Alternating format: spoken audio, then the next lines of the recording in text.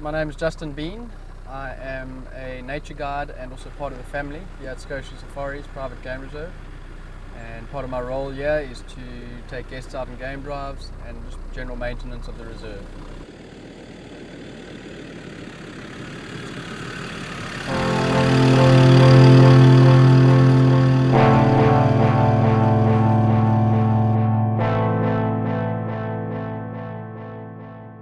Animals' populations are going to need to be managed in order to keep a balance. If you leave them, the numbers will explode, they'll eat out all the vegetation, and the consequences will be dire. A lot of antelope populations will just crash because there'll be no food left for them. I don't consider myself a hunter like the hunters that you know in the rest of the world. The hunter you know is the one that will go to Africa with a list of species that he needs to bag. That he wants to bring home and show all his friends by putting the horns up on his wall. And he'll do that in like 2 weeks. He'll have 15 species bagged, and then fly home again. To me, that's a shooter. Then it is a game. I'm a hunter. I consider myself a hunter because I'll go out and hunt. I don't have to shoot something to have a good hunt. You know what I mean? I just need to be out in the bush and enjoy myself and get close to animals, etc. If we cull, I won't go out on foot because you just make animals wild and you won't find what you're looking for. When I cull, I'll go out in the vehicle. They won't think I'm hunting them, and all of a sudden one will just drop. Everybody will look at that one and say, "What's happened to him?" And he won't even know what's happened to him. So that's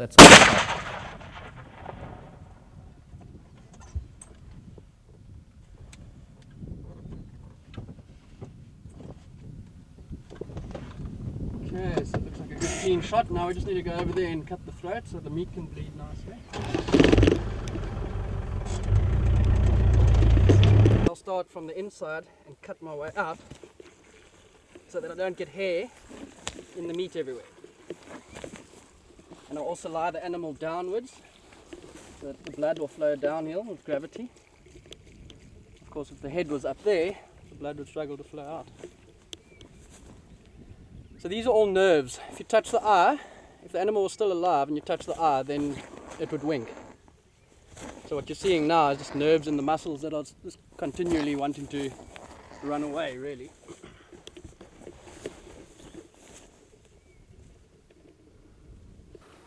It's a clean shot.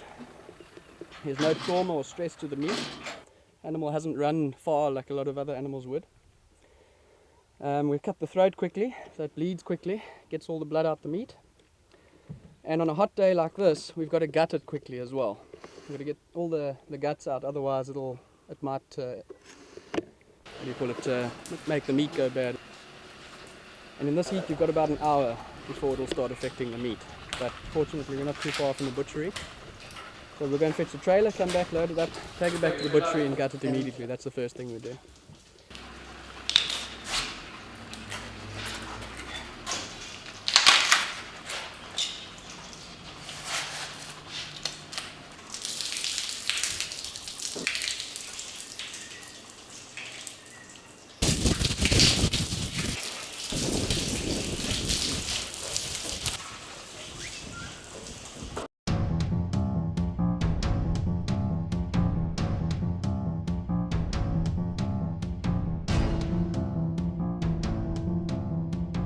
Giraffe are slowly learning, but the young calves have been killed by the lions.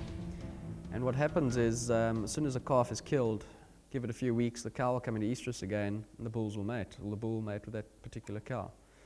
So there's a lot more mating going on with the herd in the south than what there would normally be if there were no lions. The real big bulls might stand and fight, and they can kick quite a hard kick and can even kill a lion. But for a young calf, there's not much chance. What we've noticed with our giraffe is they'll take the calves into the thick bush to try and let them get stronger so that they can protect themselves or kick themselves or fight a lion off, for example. But otherwise they're very vulnerable to lions, and our giraffe calves have been quite severely impacted by the lions. Every time they give birth, the lions smell it or they see it happening, and they get up there and they just get hold of the calf before it's strong enough to fight the lions off or move off from them. So it is worrying for us. I mean, the giraffe's population is just not increasing, it's just staying the same. What do you love most about your job? The most enjoyable part of my job is definitely the lifestyle and where it is. So living out here in the bush on the property, and just not one day is the same as the next. It's not traveling the same route to work and arriving at 8 o'clock and opening the same door and sitting at the same desk. There's none of that. It's waking up in the morning and seeing or hearing a different bird outside the window, for starters. Having heard jackals that have moved during the night, or lions that have moved during the night.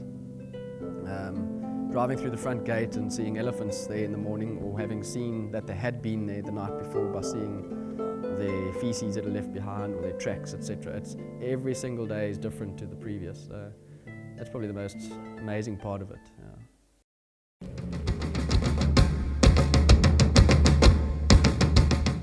When we purchased the 2 Hippo we have now, we were expecting a bull and a cow. That's what we were looking for. But they are quite difficult to judge sexes when they're young. So the people that captured them thought they were bringing a pair.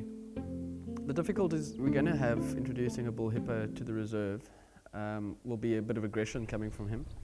It will be towards other animals and humans. He would just get aggressive with anybody that's getting too close. There's 2 crocodiles sharing the waterhole with the hippo. He might be more aggressive towards them. And by aggression, I mean mock charging with his mouth open, vocalization, etc., etc. You'll see the aggression. It's pretty different to the cow's mood that they have at the moment. What do you hate most about your job? People that moan. Guests that moan about little things that are so wonderful. For example, a bumpy road. People have moaned about a bumpy road on a game drive. It's all part of the experience.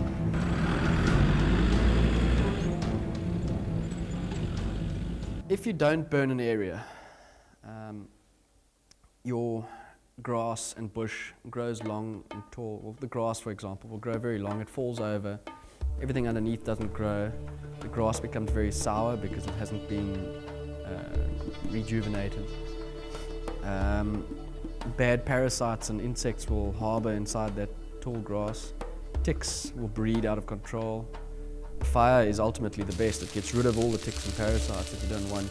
And after 3-4 weeks, if you have good rains, the beautiful fresh green grass comes up again.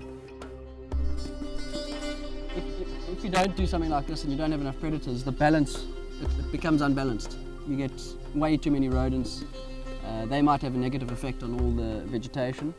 By doing this, it just sort of brings the balance down again, or balances it out a lot better, put it that way. So with doing this, you're attracting a lot of the predators in, and you're making them happy, you're making them breed. It helps a lot. Otherwise, it's just the same throughout. Throughout hundreds of years, it just stays the same. Yeah, what do you think of Jurassic Park? Jurassic Park? Yeah, the movie. The movie. Is that realistic?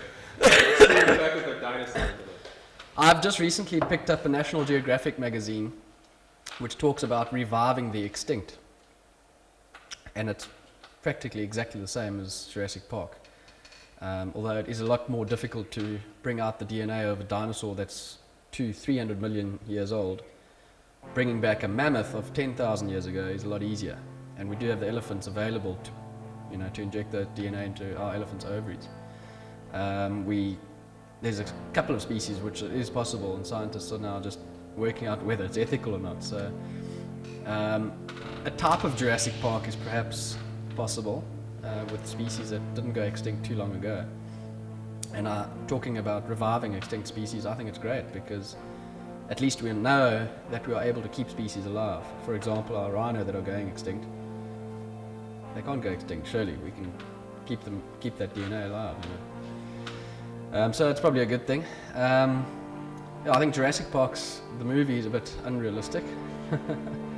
But if it's for preservation and conservation, then whatever we can, we should do.